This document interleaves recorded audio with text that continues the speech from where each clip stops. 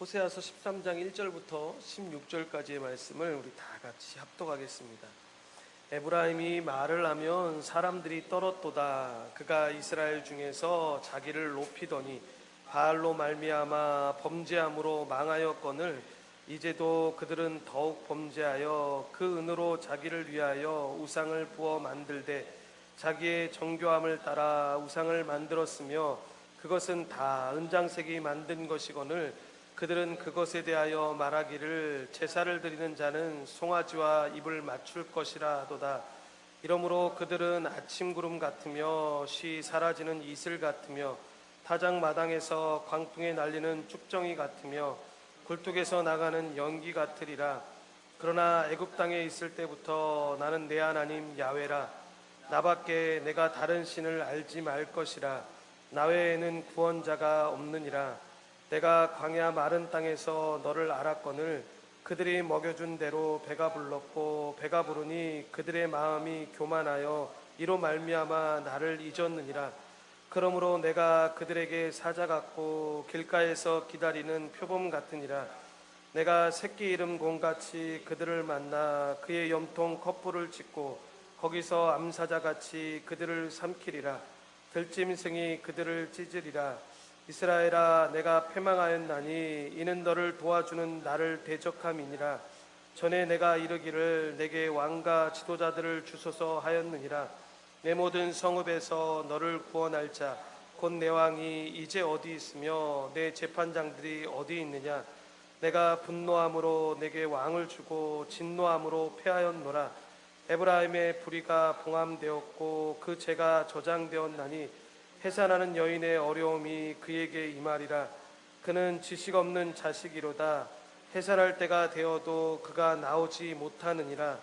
내가 그들을 수올의 권세에서 속량하며 사망에서 구속하리니 사망아, 내 재앙이 어디 있느냐. 수올아, 내 멸망이 어디 있느냐. 뉘우침이 내 눈앞에서 숨으리라.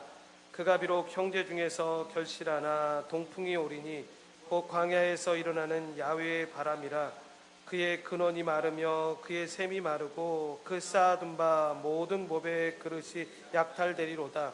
사마리아가 그들의 하나님을 배반하였으므로 형벌을 당하여 칼에 엎드러질 것이요 그 어린아이는 부서뜨려지며 아이벤 여인은 배가 갈라지리라. 아멘. 저는 오늘 읽으신 말씀을 가지고 내가 어찌 너를 포기하겠느냐, 내가 어찌 너를 포기하겠느냐라는 제목을 가지고 호세아서 13번째 말씀을 전하고자 합니다. 호세아 선지자는 이 본문 말씀에서 이 심판과 회복이 가져올 대조적인 결과들을 강조해서 우리들의 선택을 이끌어내고자 하는데, 이것은 그가 하나님의 말씀을 대언할 수는 있어도 우리를 대신해서 선택할 수는 없기 때문에 그렇습니다. 그러니까 우리에게 하나님의 말씀을 들려주고 우리가 변화될 수 있는 길을 마련해 줄 수는 있어도 그 선택은 우리가 해야 된다는 것입니다. 본문은 그들이 준비되지 않은 상태에서 하나님께서 주신 그 많은 선물들 때문에 그들이 실제로 어떻게 타락하게 되었는지를 우리에게 보여주는데, 이 본문 1절 말씀을 다 같이 합독하겠습니다. 에브라임이 말을 하면 사람들이 떨었도다. 그가 이스라엘 중에서 자기를 높이더니 바알로 말미암아 범죄함으로 망하였거늘 이라고 나옵니다. 여기서 나오는 에브라임이 우리가 지난주에도 설명드렸던 것처럼 이 북이스라엘을 형성하는 10개의 지파 가운데 가장 강성한 지파라고 이야기를 했습니다.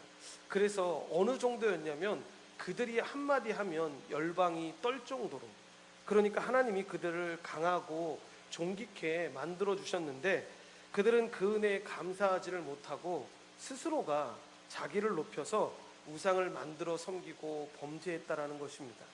이 비유는 에브라임이라는 한 지파뿐만 아니라 북이스라엘 전체를, 밑에 있는 남유다까지 포함해서 전체를 같이 말하는 것으로, 이 호세아가 활동했던 시기가 이 북이스라엘에 있어서 가장 왕성한 시기였던 이 여로보암 2세가 통치하는 시기다라고 말씀을 드렸습니다.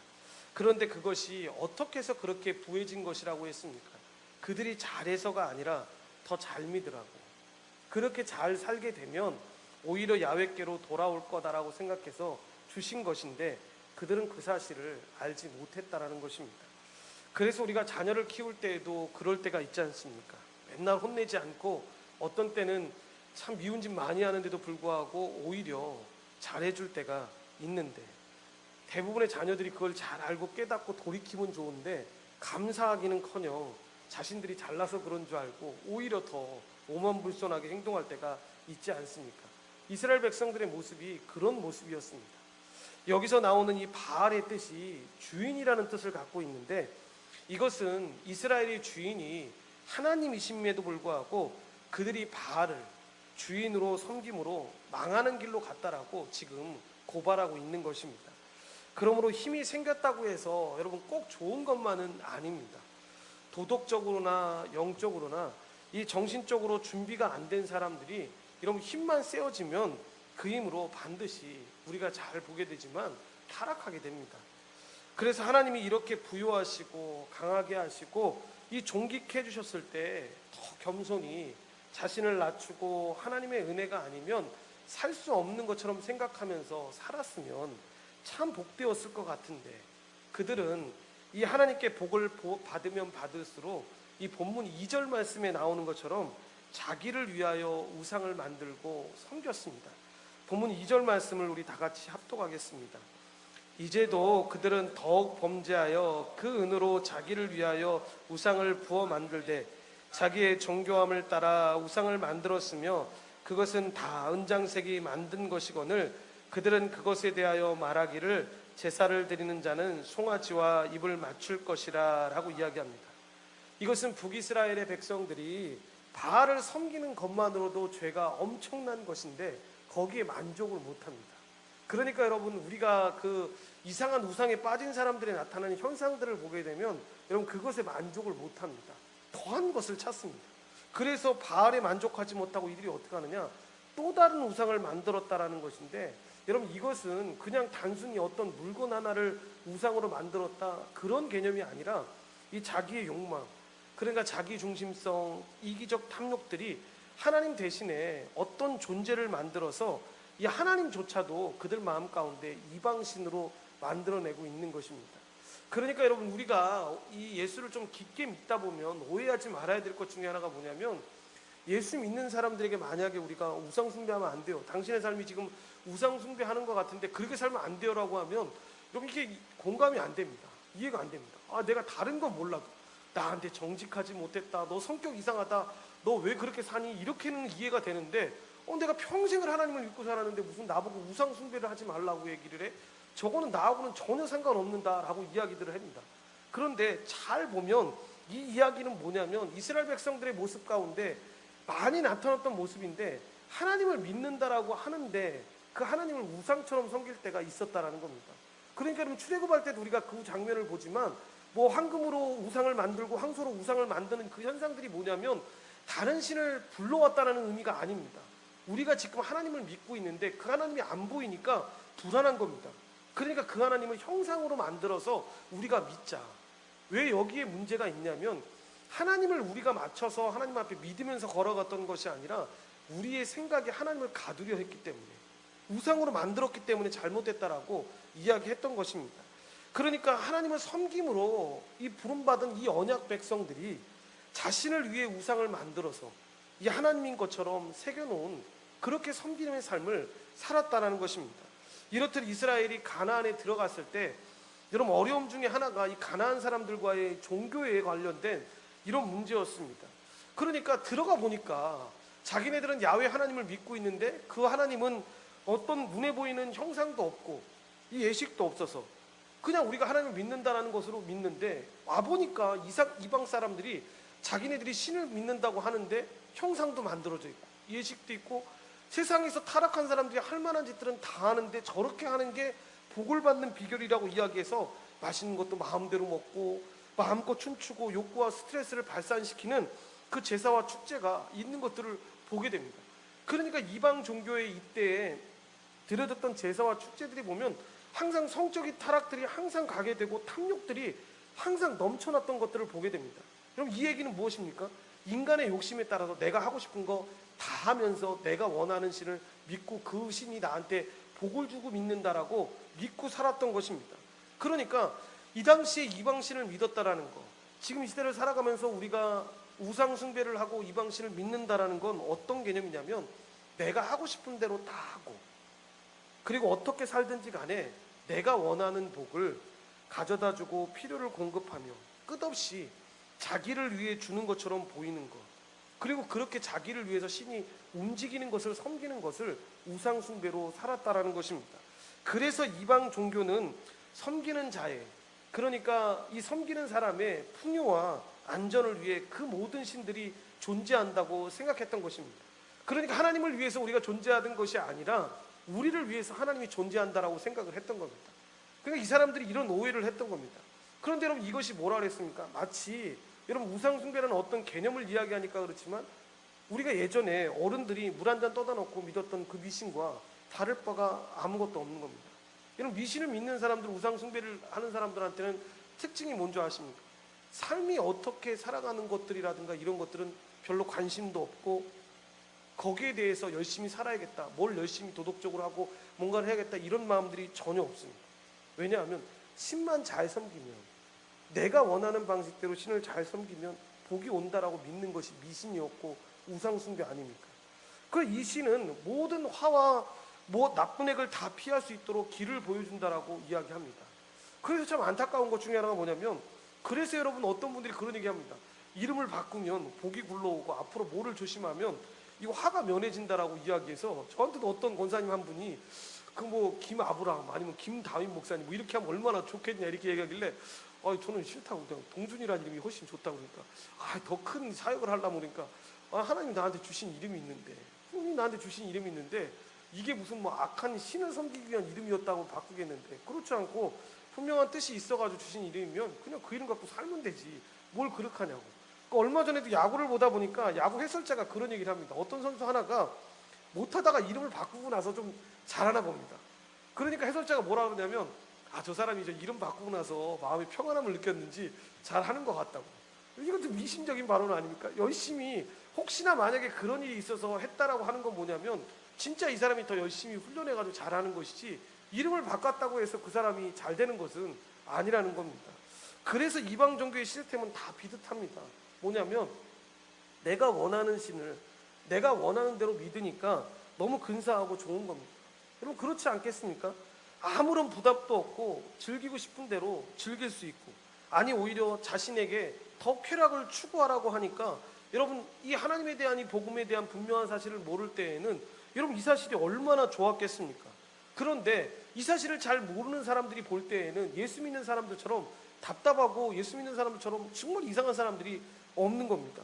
안 된다고 말하는 것도 너무나도 많고, 자꾸만 개입하셔서 간섭하시는 것 같고, 때로는 고난의 용광로를 통과시키셔서 이 자아를 깨트려 주기까지 합니다. 그래서 내가 기도한 대로 응답해 주시지도 않고, 내가 원하는 것과 전혀 다른 길로 인도하실 때도 있고, 나는 꼭 지금 이것이 필요하다고 해서 기도했는데 지금 안 해주시고 몇 년 뒤에 해주시거나, 뒤에 해주는데도 불구하고 자기네들이 볼 때 이 사람도 할렐루야 아멘 이것도 하나님의 응답입니다 막 기도하니까, 자기네들의 그 우상 숭배적인 시스템으로 봤을 때에는 도대체 이해가 안 되는 겁니다. 왜냐하면 내가 원하는 시간에 내가 원하는 방법으로 응답되는 것이 정말로 이 신이고 정말 좋은 신이라고 생각하는데, 이 신은, 그리고 이것을 믿는 사람들은 보면 자기 뜻대로 되지도 않는데도 불구하고 하나님의 뜻입니다, 그리고 하나님이 역사하셔서 그렇습니다라고 고백을 하니까 얼마나 당황스럽겠습니까?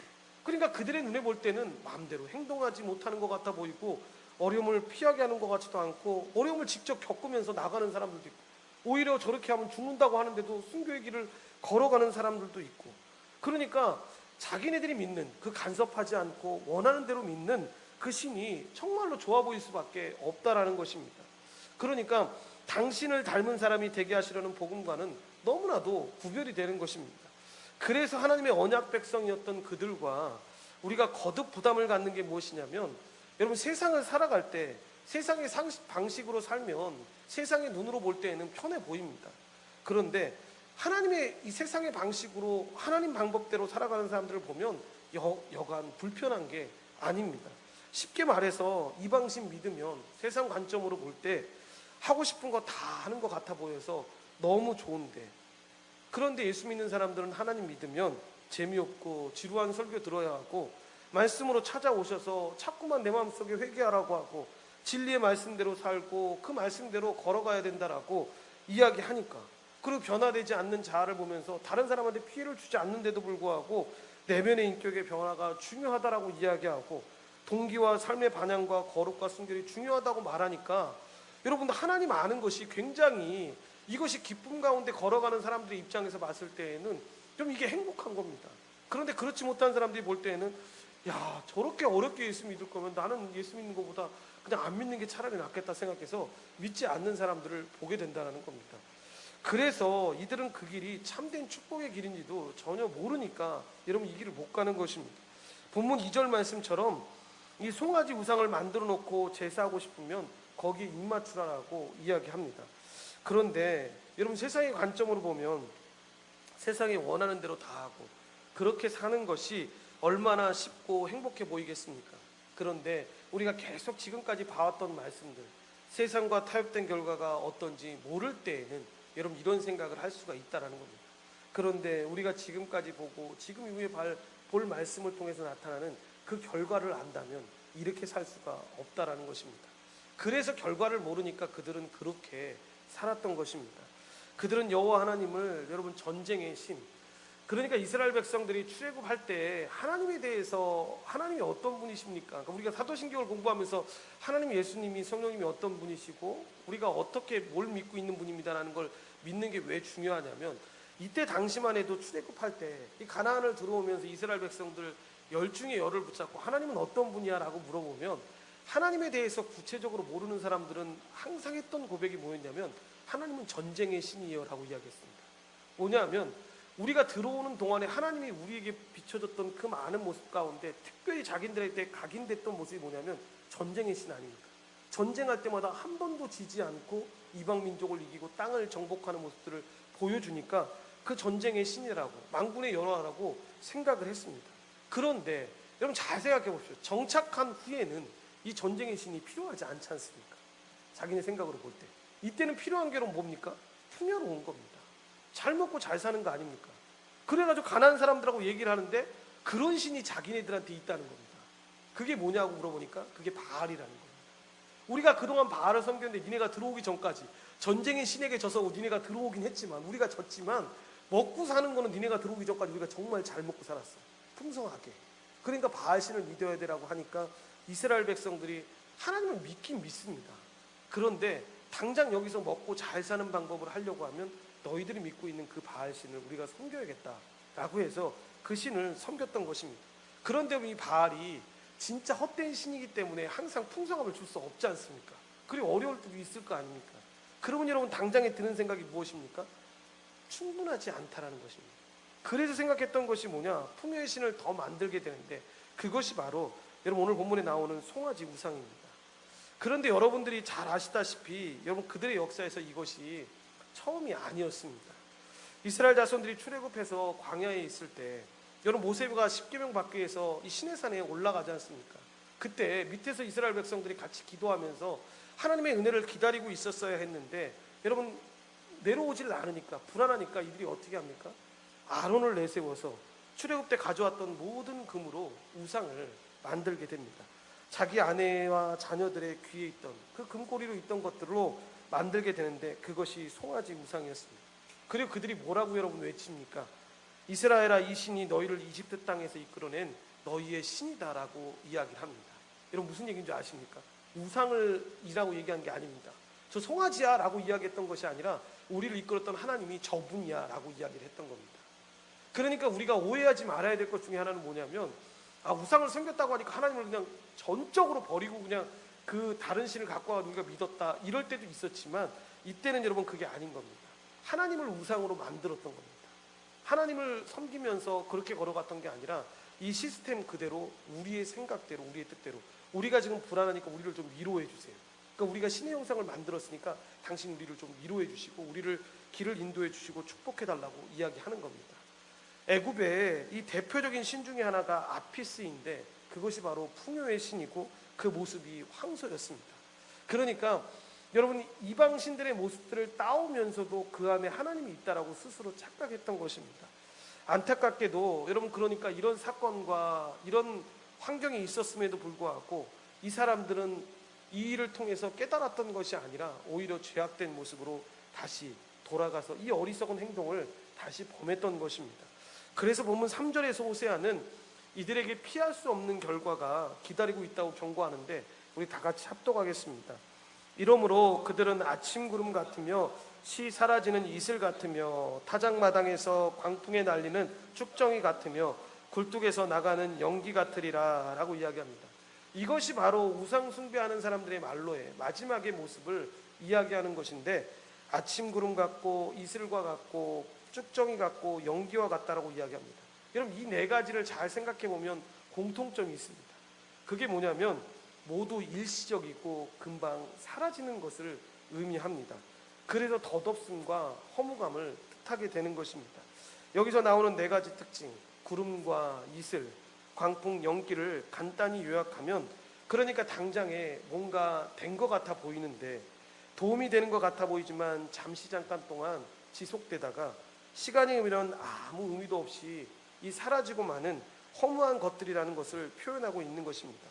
문제는 그럼에도 불구하고 이것들이 다 눈에 보이는 것들이라서 여러분, 많은 사람들이 착각을 해서 실상으로 오해를 한다라는 것입니다. 그런데 그렇게 오래 지나지 않아서 여러분, 허상은 항상 드러나게 되어 있는데 우리의 삶과 신앙생활에도 여러분 동일합니다. 내가 실상이라고 생각했던 것들, 그것이 분명히 있는 것이고 그것이 분명히 역사하는 것이다라고 생각하는 그 많은 것들 가운데 여러분, 틀림이 있고 분명하다고 생각했던 것들이 얼마 지나지 않아서 허상으로 밝혀지고 모호하고 흐릿하게 발견되는 것들이 여러분, 우리 삶에서 얼마나 많이 있고 그런 관계를 얼마나 우리가 발견하게 됩니까? 그러니까 저는 아이들이 중고등학생들이 간혹 가다가, 요즘에는 이제 애들이 영악해서 이제 그런 얘기도 안 하는데 이제 그런 얘기를 할 때가 있습니다.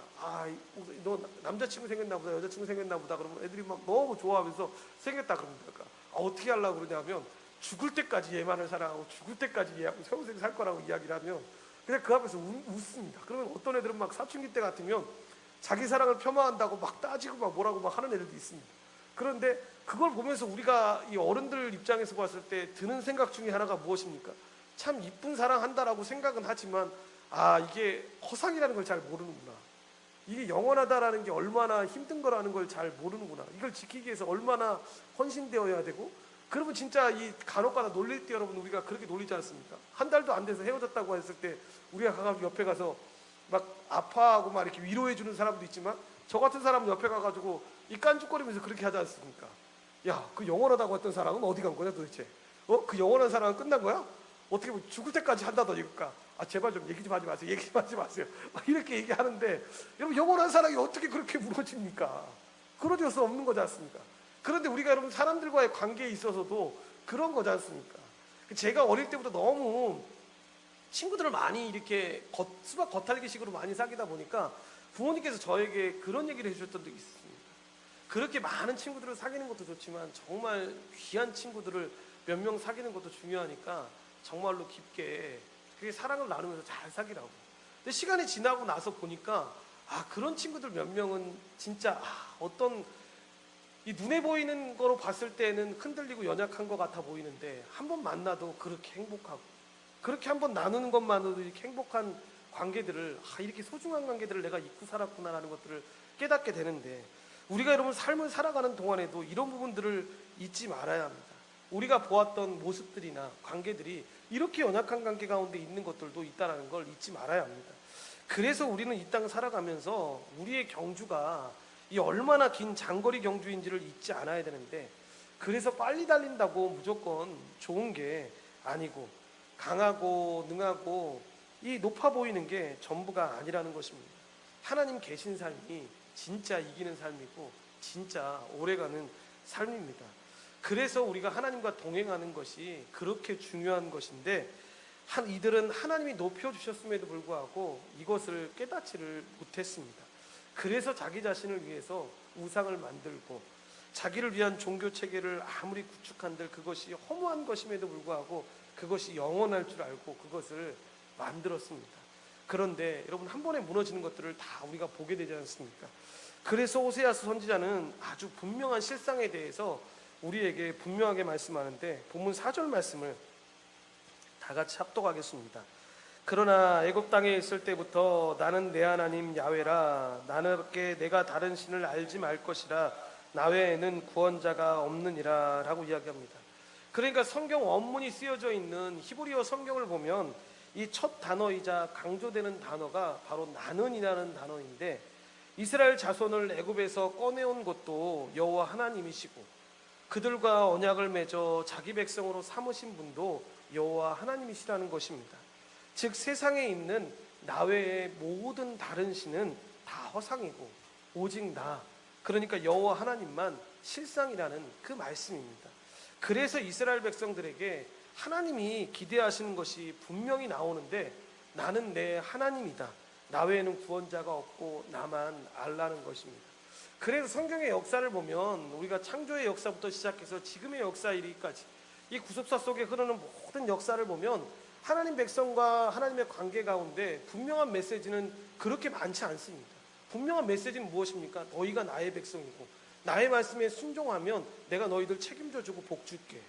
너희들이 나에게 원하는 건 하나님 백성답게 나에게 순종하면서 살면 돼. 그거 끝입니다. 그런데 문제는 뭐냐? 그거를 지키지 못했던 겁니다. 그 마음 가운데 아담에게 가졌던 그 마음, 모든 인류의 역사 가운데 반역을 꾀했던 마음에 있었던 마음이 다 그겁니다. 하나님과 같아지려는 마음, 내가 주인 되려고 하는 마음, 그 마음 때문에 그렇게 넘어졌던 것입니다. 그러니까 하나님은 계속 이 역사를 통해서 계속 말씀하시는 겁니다. 주변에 있는 것들 다 빼앗은 다음에, 다 정리한 다음에 나만 사라고 요구하시는 게 아닙니다. 하나님이 항상 요구하시는 것은 그 모든 상황을 놔둔 상태에서, 그 중에서, 그 환경에서 그 모든 것보다 나를 더 사랑하기를 원하시는 것입니다. 그러니까 베드로가 여러분 주는 그리스도시요 살아계신 하나님의 아들입니다라는 고백이 여러분 왜 대단하다라고 이야기하냐면, 여러분 그런 게 있을 수 있지 않습니까? 우리가 제가 정관 산다고 하니까 어떤 친구 하나가 촌에 사시네요 막 이렇게 얘기를 하길래 웃으면서 얘기했는데, 우리 규남 집사님이 잘 아시겠네. 규남 집사님은 서울에 이제 강남 같은 데를 가시니까 여기하고 이제 많이 이제 뭐 차이나 이런 변화들을 이제 느끼실 건데, 예전에는 더 했을 거 아닙니까? 시골에서 살던 사람들이 도시에 올라오게 되면 완전히 뭐 본인은 막 시골에서 온 거 숨기려고 해도 지나가는 사람들이 다 아는 그런 상황. 그러니까 여러분 이 베드로가 주는 그리스도시요 살아계신 하나님의 아들입니다라는 고백을 할 때 예수님이 여러분 어떤 상황이었냐면, 지금 제가 말했던 그런 상황이었어요. 시골에서 촌딱 같은 이 제자들 12명을 데리고 대도시에 와가지고 이 정말 형색 이 몸의 모든 거라든가 이런 것들이 정말 초라하기 이를 데 없는데, 그 모든 그 당시에 최고의 문명을 보여주고 최고의 환경을 보여주면서 거기서 물어보는 겁니다. 너희는 나를 누구라 생각하느냐 물어보는 겁니다. 그러니까 그 자리에서 우리가 생각하는 것처럼 그냥 쉽게 그냥 하나님의 아들입니다라는 고백하는 것이 쉽게 나올 수 있는 상황이 아니었다는 겁니다. 이 모든 상황에서도, 이 모든 환경 가운데 너희들이 지금 너희가 처해 있는 상황이나 지금 내 모습이나 이런 걸 봤을 때 하나님의 아들이라는 고백을 여러분 어떻게 할 수 있습니까? 그게 여러분 쉬운 고백이 아니었다는 겁니다. 그런데 여러분 이것을 알게 되면 어떤 상황이나 환경에 있더라도 여러분 이런 고백이 있을 수 있다는 겁니다. 하나님이 이스라엘 백성들 우리에게 원하시는 것도 바로 이런 것입니다. 그러니까 이것도 가하고 저것도 가하나 그 모든 것들을 다 내려놓고 하나님 선택하기를 원하신다는 것입니다. 본문 5절부터 6절 말씀을 다 같이 합독하겠습니다. 내가 강야 마른 땅에서 너를 알았거늘 그들이 먹여준 대로 배가 불렀고 배가 부르니 그들의 마음이 교만하여 이로 말미암아 나를 잊었느니라 라고 이야기합니다. 하나님께서 이스라엘 자손들을 출애굽하게 하신 후에 이제 너희들 알아서 살아라 라고 하시지 않으셨다라는 겁니다. 우리가 사도신경 처음 배울 때도 그랬지만 하나님은 우리 인간에게 맞는 모든 환경을 만들어준 다음에 그냥 이제 끝 하고 하셨던 것이 아니라 그분의 섭리에 따라서 창조된 모든 세계들을 인도하셨던 것처럼 아무것도 없는 그 광야, 아무 기댈도도 없는 그 마른 땅에서 그들을 아셨다라고 이야기합니다. 여기에서의 아셨다라는 표현은 뭐냐면 부부간에, 그러니까 남편과 아내가 서로 아는 인격적 교제라고 할 정도로 그런 아는 관계로 말씀하시는 것입니다. 이건 무슨 말씀입니까? 이스라엘 백성들이 광야 메마른 땅을 지나갈 때 아무것도 없는 그 땅에서 하나님은 그들의 모든 사정을 아셔서 만나와 메추나기를 먹이시면서 그들을 끝까지 권고하시고 광야를 통과하게 하셨는데, 이스라엘 백성들이 그 광야를 다 통과하고 나니까 딴소리를 했다라는 겁니다.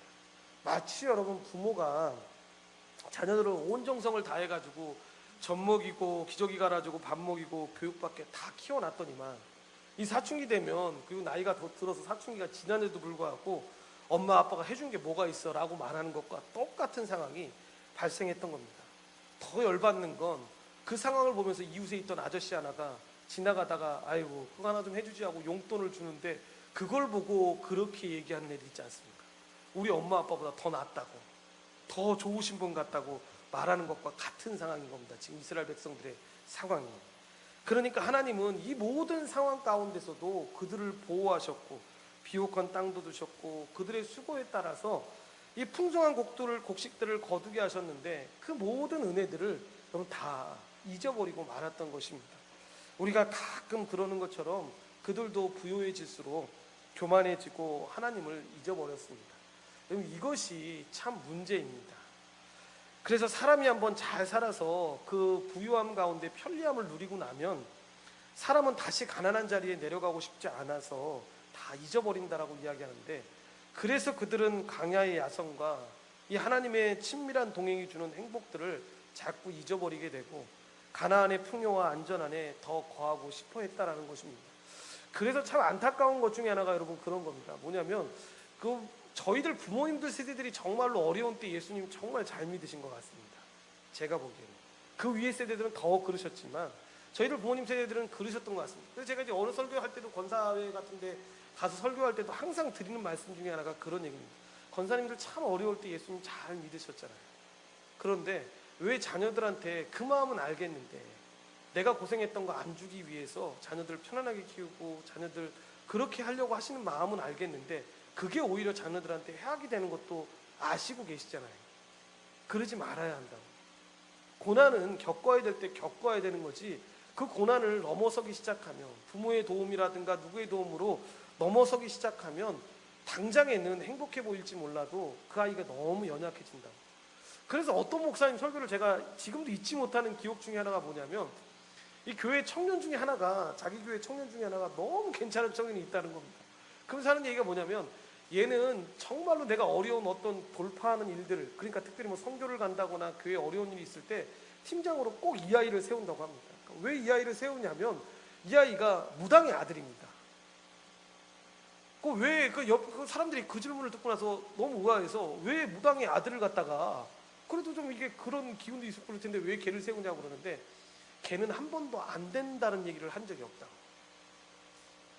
정말로 이게 하나님이 붙잡고 하나님이 함께 하시는 일이라고 하면 끝까지 사람들을 이끌고 그렇게 걸어가는데, 하나님이 우리와 함께 하시는데 뭐 그러냐고. 그리고 진짜 자기가 보기에도 목사로서도 견디기 힘든 어려움들과 힘듦이 많이 오는데도 불구하고, 목사님 이거 별거 아니라고, 우리 엄마 밑에서 내가 예수 믿은 거에 비하면 이거는 진짜 문제도 아니라고. 그런데 자기 아들은 정말로 목사 4년인데도 불구하고 정말로 그렇게 편안하게 자라다 보니까 그걸 못 느끼는 걸 보고 와서 설교하시면서 후회하신 적이 한번 있었습니다. 그래서 제가 이제 그 얘기를 듣다가 이제 문득 들었던 생각 중에 하나 그런 겁니다. 이런 무당의 아들이 그렇게 어머니의 핍박을 견뎌내면서 예수 믿었던 사람이라면 뭐가 두렵겠습니까? 두려울 게 없죠. 웬만한 어려움은 어려움 같지도 않는 겁니다. 그러니까 고통이 와도 어려움이 와도 그냥 이겨내고 나 충분히 이거 할 수 있어라고 말하면서 걸어가는 것입니다. 그러니까 이 광야의 야성이 사라진 거, 이건 좀 안타까운 것 같습니다. 그래서 이 광야의 야성이 잘 살아났으면 좋겠다라는 생각도 합니다. 하나님이 주신 복들 우리가 기쁘게 행복하게 잘 사용하면서 필요에 따라서 흘려보내기도 하고 잘 사용하면 좋을 것 같은데, 이상하게도 사람이 참 신기하게도 많아지면 많아질수록 더 목말라 하는 게 사람의 일반적인 습관인 것 같습니다. 그런데 여러분, 잘못된 것들은 바꿔야 하고 깨트려야 합니다. 신명기 8장에 보면, 그래서 모세는 이들이 가나안 땅에 들어가서 우양이 증식되고 번성하고 소유가 다 풍부해지고 많은 것을 누리게 될 때 내 손과 내 손의 힘으로 재물을 얻었다 말하며 마음이 교만해져서 하나님을 잊어버리게 될 것을 두려워했던 겁니다. 그러니까 제가 말씀드렸던 것처럼 우리가 이렇게 부유해지고 이렇게 했을 때 내 자녀들이 하나님의 이 부유함이 자기네들 노력 때문이나 자기네들 수고 때문에 일어난 것이라고 착각할까봐 마지막에 이런 권면을 합니다. 하나님을 기억하라. 그가 내게 재물 얻을 능을 주셨다라고 유언을 하면서 세상을 떠나게 됩니다. 무슨 얘기입니까? 잊지 말라는 겁니다. 이 모든 것이 하나님이 하신 것이지 우리가 한 건 아무것도 없다라는 것입니다. 그러니까 이 말씀은 우리에게도 해당되는 말씀입니다. 하나님의 은혜로 부유해지고 나면 이 마음이 교만해지고 하나님을 잃어버려서 과거와 같은 영적인 은혜를 잃어버릴 때가 있는데, 여러분 이때 조심해야 합니다. 하나님이 주신 부유함이 마음을 교만하게 해서 정작 가장 중요한 하나님을 잃어버리는 그 어리석은 자리에 서 있는데도 불구하고 특정한 죄와 악을 행하지 않는 것이 신앙생활 잘하는 것이다라고 착각해서는 안 된다는 겁니다. 그러니까 마치 제가 목사의 아들로서 이 지나면서 술하고 담배 안 먹어서 나는 그래도 괜찮은 사람 아니야 라고 생각하는 것처럼, 여러분 그런 생각을 해서는 안 된다는 겁니다. 남보다 낫다고 생각하면 안 된다는 것입니다. 이런 모습의 신앙인은 여러분 대부분 나타나는 일반적인 특징이 뭡니까? 적극적으로 이 선을 행하면서 하나님을 전심으로 닮아가려고 하지 않습니다. 풍요에 젖어들어서 여러 가지 것들을 추구하고 살아가면서도 그저 남에게 욕 안 들을 정도만, 그게 양심에 가책될 일만 안 하면 신앙에 아무 문제 없는 것처럼 생각해서 소극적인 신앙생활 하면서 평생을 살아가게 됩니다. 절대로 익숙해지면 안 됩니다. 이런 사람들은 하나님이 너무 귀한 것을 주셨는데 그 부에 익숙해져서 그것 잊지 않으려고 잘못된 방법으로 발버둥 치다가 끝없이 교만해져서 결국에 멸망의 길로 빠지게 되는 것입니다. 우리가 너무 풍성한 시대를 살고 있기 때문에 더 위험한 시대를 사는 줄 알고 정신 바짝 차리고 하나님 그 한 분밖에 없는 것으로 여기고 인생을 살아가야 합니다. 안 그러면 주님이 주신 이 많은 부유함들이 오히려 멸망의 제목이 될 수 있다는 것입니다.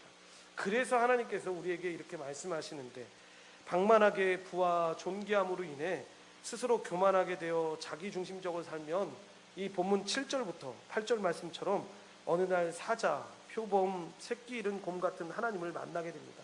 7, 8절 말씀 우리 다 같이 한번 합독하겠습니다. 그러므로 내가 그들에게 사자 같고 길가에서 기다리는 표범 같으니라. 내가 새끼 잃은 곰같이 그들을 만나 그의 염통 컵불을 찢고 거기서 암사자같이 그들을 삼키리라. 들짐승이 그들을 찢으리라 라고 이야기합니다. 하나님께서 우상 숭배하는 자기 백성들을 향해서 이 당신이 맹수와 같이 바뀌어 심판하시겠다라고 하시는 것인데, 여러분 사자는 백수의 재앙이지 않습니까? 여러분 잡히면 빠져나가기 정말 힘듭니다. 그리고 표범은 모든 고양이과 동물 중에서 사냥 능력이 가장 뛰어나고, 곰은 굉장히 강한 맹수인데, 여러분 사자나 호랑이도 곰과 1대1로 싸워서는 별로 이기는 걸 못 봤습니다. 그런데 새끼를 빼앗긴 곰이라고 한다 그러면 여러분 그 곰을 이길 수 있는 게 누가 있겠습니까? 더 나아가 들짐승들도 사납기는 마찬가지인데, 이 하이에나나 들개 같은 것들은 때로 다니기 때문에 이런 사자 한두 마리보다는 훨씬 강합니다. 이 말씀은 뭐냐면 하나님께서 자기 백성들에게 노하기를 더디하시며 인애를 베푸시는 분이신데, 이런 맹수와 같이 되신다라고 하는 것은 무슨 이야기냐면 자기 백성들의 우상 숭배와 이 불순종에 너무 속이 상하신다라는 것도 있고, 이런 맹수와 같은 사람들을 보내어서 징계하심으로 다시 세우겠다라는 의미이기도 합니다. 13장 후반부인 9절부터 이 16절까지의 말씀은 하나님을 버리고 세속적 가치관을 따랐던 삶이 얼마나 허망한지와 그에 따른 하나님의 징계가 있을 것에 대해서 증거하고 있는데, 이스라엘이 이렇게 비참해진 궁극적인 원인이 본문 9절 말씀에 분명하게 나오는데 하나님을 대적하는 데 있습니다. 우리 다 같이 합독하겠습니다. 이스라엘아 내가 패망하였나니 이는 너를 도와주는 나를 대적함이니라 라고 이야기합니다. 이스라엘이 패망했다라고 기록되어 있는데 그 이유는 싸울 대상과는 싸우지 않고 자신이 보호해주는 하나님을 향해서 칼을 겨누었다라는 것입니다. 그래서 이스라엘이 아직 망하지 않았음에도 불구하고 패망했다라고 선언하는 것입니다. 아군과 적군을 구분하지 못하는 것인데, 당연히 싸우지 않아도 이런 전쟁은 진 것과 마찬가지이고 서 있어도 무너진 것과 마찬가지입니다. 그들은 하나님이야말로 그들에게 유일하게 도와줄 수 있는 그 분임에도 불구하고 하나님을 배격하고 하나님을 자신들의 삶에서 제외시켰는데, 행여나 이들이 여러분 기본적인 이 신앙의 도리를 무시했다라고 생각하면 안 됩니다. 그러니까 저도 몰랐다가 이 신학교 가서 공부하고 나서 깜짝 놀랐던 것 중에 하나가 뭐냐면, 우리가 여러분 예수 믿다 보면 뭐 혹시나 요 앞에 계신 집사님들이나 뭐 우리 자녀들한테도 야, 이 사두개인, 이 바리새인 같은 놈들아 막 이러면서 어떻게 그렇게 살아가냐라고 이야기하면 얼마나 불쾌합니까? 이 진짜 하나님 막 독사의 자식들하고 막 이렇게 꾸짖었던 사람인데, 나는 그 정도까지는 아닌데, 내가 뭐 하나님 예물도 드리고 이렇게 열심히 봉사하면서 사는데 나 같은 사람한테 너무하신 거 아니야? 라고 할지 모르겠는데, 여러분 사두개인이나 바리새인 같은 사람들이 어떤 사람인지 아십니까?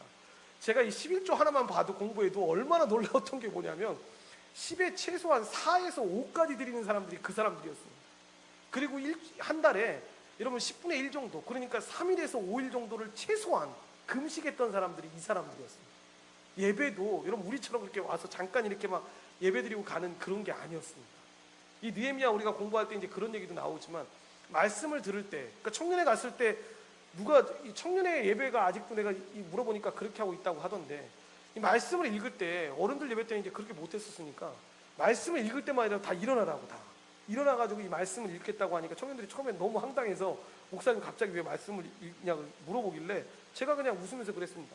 야, 우리가 어떻게 하나님의 말씀을 이 말씀 보는 시간만큼에 좀 이로써 이 경외하는 마음을 가지고 이렇게 훈련시키기 위해서 이렇게 한다고 이렇게 했는데, 여러분 그 말씀을 영적 각성 집회라든가 이런 때가 보면 여러분 9시간 반나절 넘게 12시간 13시간 동안을 앉지 않고 서 있는 그대로 말씀을 계속 듣습니다.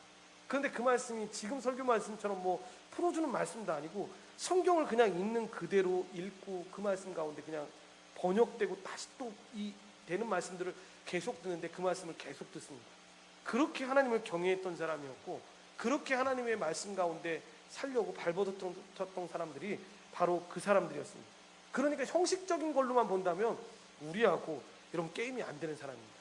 그러니까 나는 주일 성수하는 사람인데요, 나는 이런 사람인데요 라고 하는 마음 가운데 대부분 그런 게 있지 않습니까? 자기 중심에 다 깔려 있는 거지 않습니까? 나는 이 정도는 되니까 그래도 괜찮은 사람 아니야. 이게 대부분 보면 자기를 위한 신앙생활을 했던 사람들의 일반적인 모습입니다. 그리고 이 모습이 바뀌지 않으면 결과적으로 어떻게 됩니까? 세상에 벗이 되어서 하나님 대적하는 삶, 새 삶의 주인이 내가 되는 삶을 살아가게 되는 것입니다.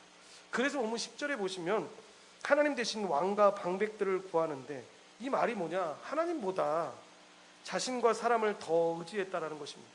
그러니까 하나님을 전적으로 믿으면서 의지하면서 살아가면 되는데 그것이 싫은 겁니다. 믿을 수가 없는 것입니다. 본문 10절 말씀을 다 같이 합독하겠습니다. 전에 내가 이르기를 내게 왕과 지도자들을 주소서 하였느니라. 내 모든 성읍에서 너를 구원할 자 곧 내 왕이 이제 어디 있으며 내 재판장들이 어디 있느냐라고 이야기하는 겁니다. 이거는 일종의 빗대어서 이야기하는 건데, 너희들이 그렇게 보호받기 원하는 그 왕이 너희들이 정작 보호받아야 할 그 순간에는 지금 전혀 도움이 되지 않는다라는 것인데, 하나님보다 사람 의지하는 것은 이같이 미련하고 어리석다라는 것입니다. 그래서 우리가 여러분 기도할 때마다, 중요한 어떤 기도를 할 때마다, 어떤 도움을 구할 때마다 기도할 때 우리가 깨닫는 것 중에 하나가 뭐냐면 그런 거 아닙니까? 이 어려움은 진짜 내가 생각하는 누가 나를 도와줘가지고 해결될 것 같아 라고 해서 여러분 그렇게 해결되는 경우는 거의 없습니다. 이거는 대부분 기도보다 그냥 인간적으로 도와달라고 해서, 그러니까 뭐 예를 들어서 그럴 수 있지 않습니까? 자녀가 부모님한테 나 지금 도와줄 수 있는 사람이 부모님밖에 없어, 그러니까 부모님한테 얘기해야겠다라고 기도한다는 부모님한테 엄마 나 돈이 필요한데 1억만 저 좀 도와주세요 라고 해서 엄마가 도와주는 건 대부분 보면 기도의 응답이라기보다는 인간적으로 도움을 요청해서 받는 경우가 많습니다. 그런데 여러분 기도의 응답이라는 건 여러분 대부분 어떻게 나타납니까? 나한테 지금 도움 줄 분이 엄마밖에 없다라고 생각했는데 기도했는데 전혀 뜻할 수 없는 사람입니다.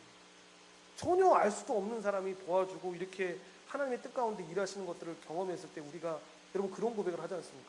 하나님이 기뻐하시는 일이구나, 하나님이 정말로 함께 하시기 때문에 내가 이렇게 살아가는 거구나 라는 사실들을 깨닫게 됩니다. 그래서 여러분 이게 저는 우리 자녀들한테 말씀을 공부하는 것도 참 중요한데 기도의 훈련을 어느 정도 꼭 시켜야 되는 이유 중에 하나가 뭐냐면, 그런 하나님의 도움을 구하고 하나님께서 역사하시는 것들을 경험하는 것 역시 중요하다라는 것입니다. 본문 12절부터 13절 말씀을 다 같이 합독하겠습니다. 에브라임의 불의가 봉함되었고 그 죄가 저장되었나니 그 많은 죄로 인해 멸망을 피할 수 없는 이스라엘에게 해산하는 여인의 어려움이 그에게 임하리라. 그는 지혜 없는 자식이로다. 해산할 때가 되어도 그가 나오지 못하느니라 라고 이야기합니다. 무슨 의미인지 이게 빨리 다가오지 않을 수 있는데 세번역 성경은 12절을 이렇게 표현합니다. 에브라임의 허물을 적은 문서를 모두 모았고 재상을 적은 기록을 모두 보관하고 있다라고 이야기합니다.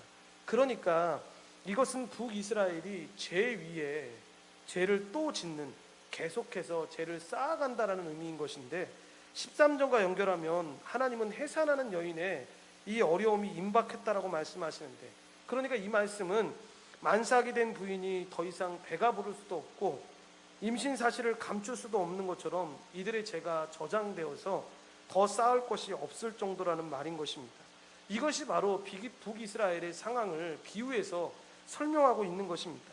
여러분, 산통이 시작하면 어떻게 해야 합니까? 병원에 빨리 가야지. 그리고 달려가서 아기를 낳아야 되는데, 해산의 고통이 앞에 있는데 하나님 앞에서 이 산문이 열려있는 해산하는 여인처럼 그냥 달려가서 하나님, 내가 죄를 지었습니다. 그러니까 하나님, 내 죄 용서해 주십시오 라고 들어가면 하나님이 그 죄를 용서해 주시고 우리를 받아주시는데, 새 생명과 기쁨을 받아 누릴 수가 있는데, 문제는 이 해산하는 여인과 같은 이스라엘이 어리석게도 이 진통을 감추고 빨리 애를 낳아야 되는데, 이 고통을 나누고 애를 낳아야 되는데 감추고 죄와 악을 담은 항아리가 봉함되었다라는 사실을 감추려 했다라는 것입니다. 그래서 죄를 합리화하고 무시하고 이 핑계대는 일을 반복하는 것인데, 여러분, 이것은 우리가 삶을 살아가는 동안에도 많이 일어나는 현상입니다. 죄가 이렇게 관영해도 남을 비판하기에 바쁘고 판단하고 합리화하기 바쁘지, 하나님 앞에 내가 죄인입니다 라고 말하는 것들을 보는 경우가 많이 없다라는 겁니다. 그래서 여러분, 이거는 뭐 세상에 물들어서 사는 어른들에게 이야기하는 게 아니라, 참 우리가 어린아이 키울 때 보면 그런 걸 느끼는데, 누군가에게 우리가 질투라는 거, 죄라는 걸 안 가르쳤음에도 불구하고 애들이, 누가 가르쳐주지도 않았는데 그런 모습을 우리가 보지 않습니까? 그냥 아빠 앞에서 잘못했어요, 내가 이거 잘못했어요 라고 말하면 되는데, 대부분 여러분 인간의 반응이 어떤 반응이 나옵니까? 우리의 반응이기도 한데 대부분 애들의 반응이 뭐냐면, 형 때문에요, 동생 때문에, 누구 때문에 그랬어요. 그냥 내가 이것 때문에 잘못했어요 라고 말하면 끝날 수도 있는 일인데, 그거를 누구 때문에 잘못했어요 라고 말하니까 더 큰 죄를 쌓기 시작하고, 그것을 다 알고 있는 사람의 입장에서 보면 도저히 이해할 수 없는 것이고 더한 징계를 받는 경우가 바로 여기에 있는 것입니다. 그러니까 우리가 하나님 앞에 갔을 때에도 정직함 자체가, 여러분, 이 하나님 앞에 정말 축복받은 거라는 이유 중에 하나가 바로 그겁니다. 내 죄를 고백하고, 하나님, 내가 악을 행했고 이렇게 말했던 모든 것들을 하나님 고쳐주십시오. 그리고 하나님, 이런 모든 마음들을, 상한 마음들을 치유하시고 하나님 은혜 가운데 걸어갈 수 있게끔 해주십시오라고 기도하면 되는데, 그렇게 못할 때가 참 많이 있는 겁니다. 그래서 이 어떤 목사님이 그런 설교를 하실 때마다 막 눈물을 막 계속 매번 흘리셨대. 흘리시니까 이분이 이제 너무 부끄러워서 기도하는 중에 하나님한테 기도를 했대. 하나님, 나 설교할 때마다 너무 눈물을 흘리니까 너무 이게, 그래서 눈물 좀 안 흘리게 좀 해달라고. 근데 진짜 거짓말같이 눈물이 안 나오기 시작하는데 은혜도 다 사라져 버렸다는 거예요. 그러면서 그 다음에 다시 기도했던 게, 하나님, 내가 잘못했다고. 하나님 은혜가 회복될 수 있다면 내가 다시 눈물을 흘려도 괜찮으니까 하나님, 다시 눈물 흘려도 괜찮습니다라고 고백을 했다라는 것입니다. 그러니까 하나님 앞에 그렇게 나아가는 모습 자체가 중요합니다. 참 놀랍고 죄송하게도 당장에 심판해도 괜찮지 않습니까? 이스라엘 백성들 계속 우리가 보다 보지만, 그런데 하나님은 이 백성들을 참 끝까지 이 음부의 권세에 사망의 제약이 미치지 못하게 하리라고 약속하시면서 본문 14절 말씀처럼 이들을 사랑하시는 모습을 우리가 보게 됩니다. 본문 14절 말씀을 합독하겠습니다. 내가 그들을 소울의 권세에서 속량하며 사망에서 구속하리니, 사망아, 내 재앙이 어디 있느냐? 소라, 내 멸망이 어디 있느냐? 뉘우침이 내 눈앞에서 스물이라 라고 이야기합니다. 그러니까 그런 고백이 있었을 때, 내가 죄인됨을 고백하고 나아갔을 때 하나님께서는 우리에 있는 모든 죄와 이 죄의 절망적인 결과인 사망을 깨트려 버리신다라는 것입니다. 이렇듯 죄는 집요하고 깊고 무서운 것입니다. 그래도 죄를 묻어두거나 쌓아두거나 합리하거나 무시하고 핑계를 대면 절대로 안 됩니다. 입술에서, 마음속에서 정말로 자복하고 하나님 앞에 나아갈 때 우리의 영혼과 공동체가 다 같이 살아가는 것들을 경험하게 됩니다. 그럼 오직 도움은 하나님께 있는 것입니다. 하나님은 오직 그리스도를 통해서만 이 도움을 우리에게 주십니다. 하나님의 도움을 그래서 둘러쌈이라고 이야기하는데, 죄로 말미암아서 멸망당해야 하고 사망으로 음부에 영원히 있을 수밖에 없는 나를 영원히 하나님께서 둘러싸서 보호하신다라는 것입니다. 예수님이 둘러싼 사람들은 멸망을 피해가는 사람들로, 그래서 어떤 목사님이 이야기했던 것처럼 그리스도인은 망하기 틀린 존재라고, 하나님께서 그렇게 축복받은 존재로 우리를 만들어 주셨다고, 이 사망의 권세가 영원히 음부에 가두려고 해도 예수님께서 건져내서 부활시키기 때문에 우리가 죄로부터 구원을 받는 것이고 새 생명을 얻게 되는 것입니다. 여러분, 이 내용이 여러분 이 죄로부터의 구원의 내용 아니겠습니까? 우리가 많은 실패와 이 허물에도 불구하고 주님은 언제든지 우리를 초대하고 계시고, 우리를 초대해서 다시 돌아갈 때는 하나님의 그 축복된 자리로 돌아가기를 원하십니다. 오늘 말씀은 이렇게 막이 내립니다. 15절부터 16절 말씀을 합독하겠습니다. 그가 비록 형제 중에서 결실하나 동풍이 오리니 곧 광야에서 일어나는 여호와의 바람이라. 그의 근원이 마르며 그의 샘이 마르고 그 쌓아둔 바 모든 법의 그릇이 약탈되리로다. 사마리아가 그들의 하나님을 배반하였으므로 형벌을 당하여 칼에 엎드려질 것이요 그 어린아이는 부서뜨려지며 아이벤 여인은 배가 갈라지리라 라고 이야기합니다. 동풍이 광야에서 불어오는 하나님의 바람이라고 하는데, 그 바람이 모든 것을 말려버린다라고 이야기합니다. 이것은 아라비아 사막에서 불어오는 고온건조한 이 사막 열풍인데, 그것이 물을 말라버리게끔 만드는 것처럼 이 아시리아의 군대가 이 북이스라엘의 수도였던 사마리아를 무너뜨리게 될 때 어린아이들과 임신한 여인들 다 죽임을 당하게 될 것이다 라고 이야기하는데, 여러분, 이 이야기는 뭐냐면 가장 보호받아야 될 사람을 이 정도로 죽인다면 여러분, 남자들은 더할 말할 필요도 없다라는 것입니다.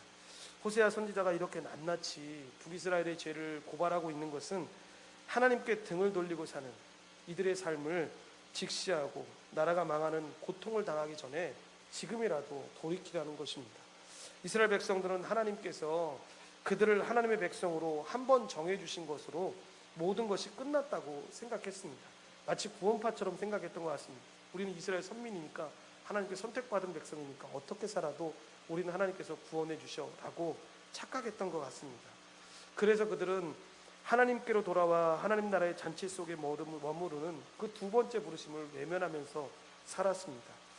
그러니까 이것을 분명히 깨닫고 살았으면 이런 삶을 살지 않았을 것인데, 요즘에 제가 드는 생각 중에 하나도 그런 겁니다. 옛날에 박진영이 여러분 그런 얘기를 했지 않습니까? 구원파에 대한 교리에 대한 이야기를 막 했을 때 신문에서 막 공격을 하니까 나는 구원파랑 전혀 상관이 없다, 그 구원파 교리를 배운 적도 없고 그렇게 한 적 없다라고 할 때 댓글 하나가 제 눈에 참 그 마음에 확 와닿았던 것 중에 하나가 뭐냐면, 이 무식한 사람아, 지금 네가 주장하는 게 구원파 그 교리야 라고 이야기를 하는 거가 저한테 딱 가슴에 와닿았던 게 뭐냐면, 그러니까 우리가 신학을 공부할 때도 그렇고 이 그 태극기 무대에 있거나 좀 이제 그러신 분들이 간혹가다 유튜브에 막 이렇게 신학을 공부하고 오신 분들이 뭐 막 얘기를 할 때가 되면, 이제 저도 이제 공부한 내용이 간혹가다 나올 때가 있지 않습니까? 그러면 아이고 이 내용이시네요라고 이야기합니다. 아이 목사님, 저는 그런 사람 아니에요. 저는 오직 교회만 다니고 말씀만 들었기 때문에 그런 사람 아니에요라고 이야기하면, 제가 항상 드리는 말씀이 그겁니다. 집사님, 그게 뭔지도 모르고 믿으니까 그게 문제인 거예요. 그 논리가 집사님이 만든 게 아니고, 집사님이 신앙이 아니고, 집사님 말하고 있는 그게 신학의 사조 가운데 있고, 그 신학의 사조가 뭐냐면 이거야. 그러니까 이거를 공부하면 집사님이 말하고 있는 잘못된 이게 왜 나오는지를 알 수가 있어요 라고 이야기를 하면, 그건 또 공부 안 합니다. 유튜브는 재밌으니까 간단히 보기는 하는데 그런 것들은 안 봅니다. 그러니까 우리가 예수 믿을 때에도 우리 자녀들 뭐 수미 집사나 유수미 집사님이 그렇게 열심히 잘 가르치면서 이렇게 수고하는 이유 중에 하나가 뭐냐면, 우리 자녀들은 나이 들어서 그러면 안 되니까요. 부끄럽게 자기들이 뭘 믿는지도 모르고 어디 가가지고 내가 믿는 하나님은 이런 하나님이라고 하는데 이단 사상을 다 갖고 와가지고 이렇게 믿고 있어요라고 말하면 안 되지 않습니까? 그러니까 우리가 여러분 예수님 믿을 때에도 이들에게 있는 가장 큰 문제가 뭐라 그랬습니까? 호세아서 이 말씀을 통해서 계속 제가 마음속에 마음이 아픈 것 중에 하나 뭐냐면, 야훼를 아는 지식이 없는 겁니다. 그러니까 하나님의 백성이라고 하는데 하나님을 모릅니다. 하나님이 어떤 분이신지를 모르고 하나님이 어떻게 일하시는지를 전혀 모르니까 자기들이 믿고 싶은 하나님, 자기들이 원하는 그 하나님을 믿고 살았던 겁니다. 그리고 거기에서 파생되는 문제가 생기면 여러분 그렇지 않겠습니까? 지금 몇천 년이 지나고 우리를 만나게 됐을 때 그 호세아 시대 때 살았던 일반의 사람을 그 당시에 그 모습 그대로 여기 만약에 와서 여기 설교 단위에 세워놓고 나서 네가 믿는 하나님을 얘기하라고 하면 얼마나 거만하게 얘기하겠습니까? 야, 지금 이 시대보다 우리가 얼마나 잘 살았는 줄 알아? 그리고 우리가 어떤 백성인데 너희 같은, 우리가 여러분 다 이방인이지 않습니까? 여러분 이 에베소에 나오는 이방인들이 다 우리지 않습니까? 하나님 밖에 있었던 사람들이 다 이방인들이었으니까, 이방인이었는데 너네 같은 사람들하고 내가 겸상도 못하고 어디 내 말씀을 이렇게 듣고 막 이렇게 하냐고 할 텐데, 이 사람들이 물어보면 당신 믿고 있는 하나님 뭐냐고 물어보면 여러분 그런 얘기 안 하겠습니까? 우리는 하나님을 그냥 보이지 않으니까 우리가 그냥 송아지로 만들어가지고 하나님 잘 믿었어 이렇게 말하지 않았겠냐라는 겁니다. 하나님 보시면 너무 통탄할 일인데, 그러니까 우리가 여러분 살아가는 동안에도 이들이 이렇게 호세아가 죄를 고백하는 것 중에 하나도 야훼에 대한 분명한 지식을 알고 돌이키라는 것입니다. 그래서 하나님을 제대로 믿고 하나님 앞에 바로 살아가라는 것입니다. 이것은 여러분 우리가 어떤 결심하고 되는 것이 아닙니다. 그저 하나님을 바로 알고 하나님 은혜 가운데 거하게 되면 그런 삶을 살게 되는 것입니다. 그래서 그런 하나님의 은혜가 우리 가운데 넘쳐날 수 있도록 도와주셔서 정말 어떤 상황이나 환경 가운데도 주님 만나고 주님 의지하고 나아가게 되시기를 간절히 축원드립니다. 기도하시겠습니다. 하나님 감사합니다. 하나님 은혜 가운데 우리 호세아서 13장 말씀을 우리 살펴보았습니다. 참 호세아서의 말씀의 구조를 보면 항상 죄악들을 먼저 이야기하고 죄악들에 대해서 강력하게 이야기하지만 마지막에는 결국에 하나님께서 포기하지 않으시고 끝까지 돌아오기를 기다리고 계시는 하나님의 마음을 보게 됩니다. 하나님, 이 땅의 역사가 그러했지 않습니까? 인간이 죄를 저지르면 하나님께서 징계하실 때도 있지만 그 징계는 그저 버리기 위한, 책망하기 위한 징계가 아니라 다시 돌이키기 위한 아버지 하나님의 징계였고 사랑이었음을 우리가 깨닫게 됩니다. 이 호세아서 말씀을 통해서 하나님, 시대가 변하고 사람이 변해도 전혀 변하지 않는 예수 그리스도를 의지하는 하나님 백성들 되게 도와주십시고, 그분을 따라 하나님 앞에 걸어갈 수 있는 믿음의 백성들 될 수 있도록 주여 도우시고 인도하여 주시옵소서. 모든 걸 주님께 감사드리오며 예수님 이름으로 기도드리옵나이다. 아멘.